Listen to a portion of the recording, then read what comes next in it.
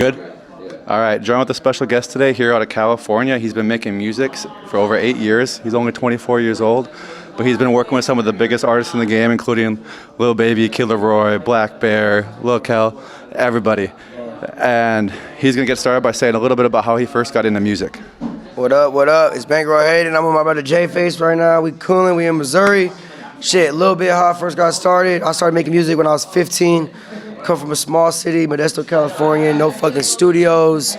My voice is a little gone off from yelling out there, but none of that shit, man. Just me, God, and some people around me making beats and the homies. Got that shit going. Moved to LA like 2020, right before the COVID shit popped off, and then, man, been out there since trying to keep this shit going, for real.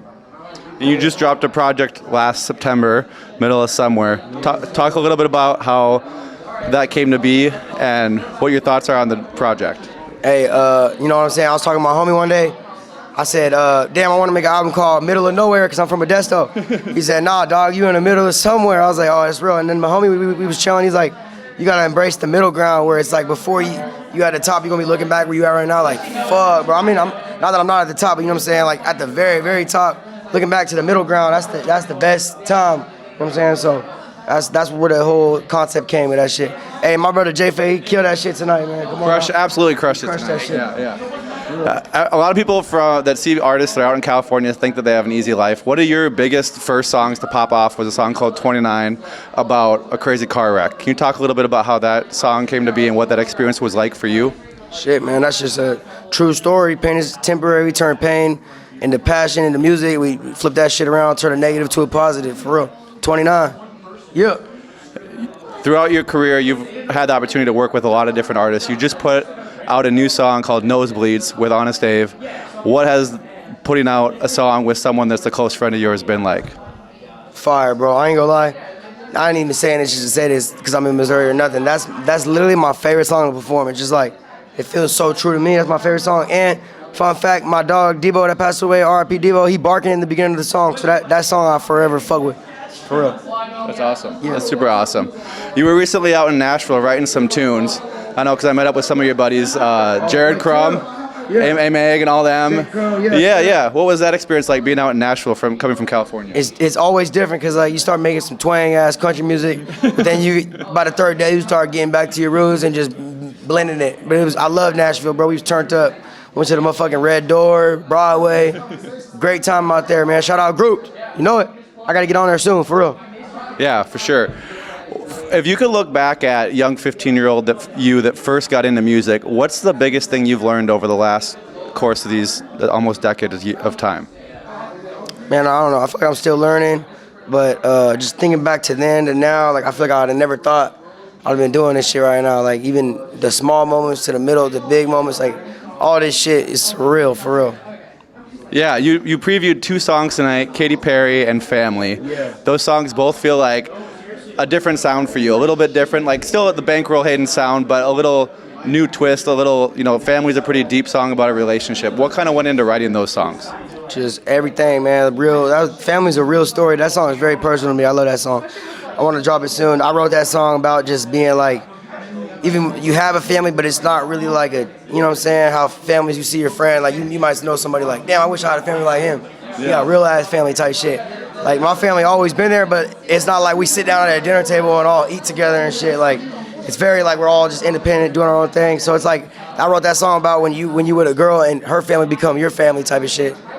Yeah, that's dope. Yeah. For people that are more than just fans of your music, might know that you're a huge Niners fan. How did that come to be?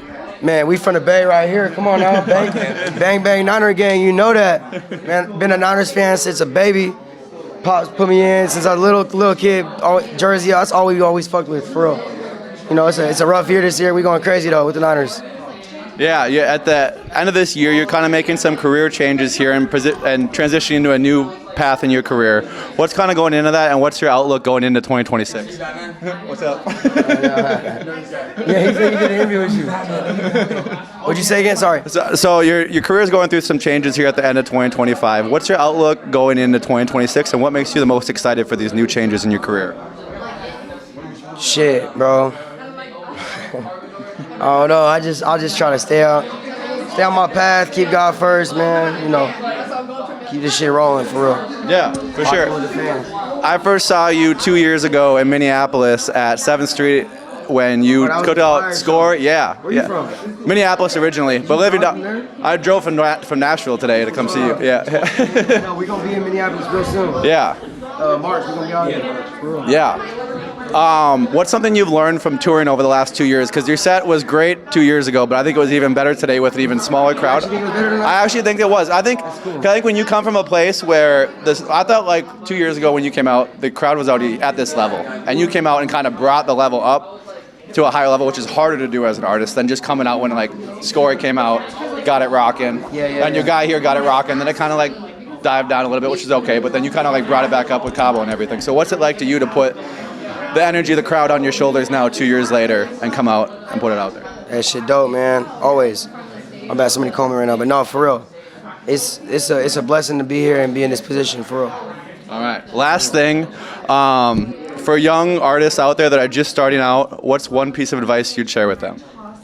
I always tend to say the same thing, but I feel like it's just staying consistent, you know, keeping God first, and being true to yourself, bro. It's like them three things. That's the recipe to success right there, for real. All right. I appreciate you taking time out of your day, being on the back cave. Yeah, Yes, sir. for Thank sure. you for coming out tonight. Of course, Safe yeah. travels back to Nash. I appreciate it. Thanks so much. Yes, sir. Appreciate Thank you, it. Z. Appreciate it. Hell yeah, bro.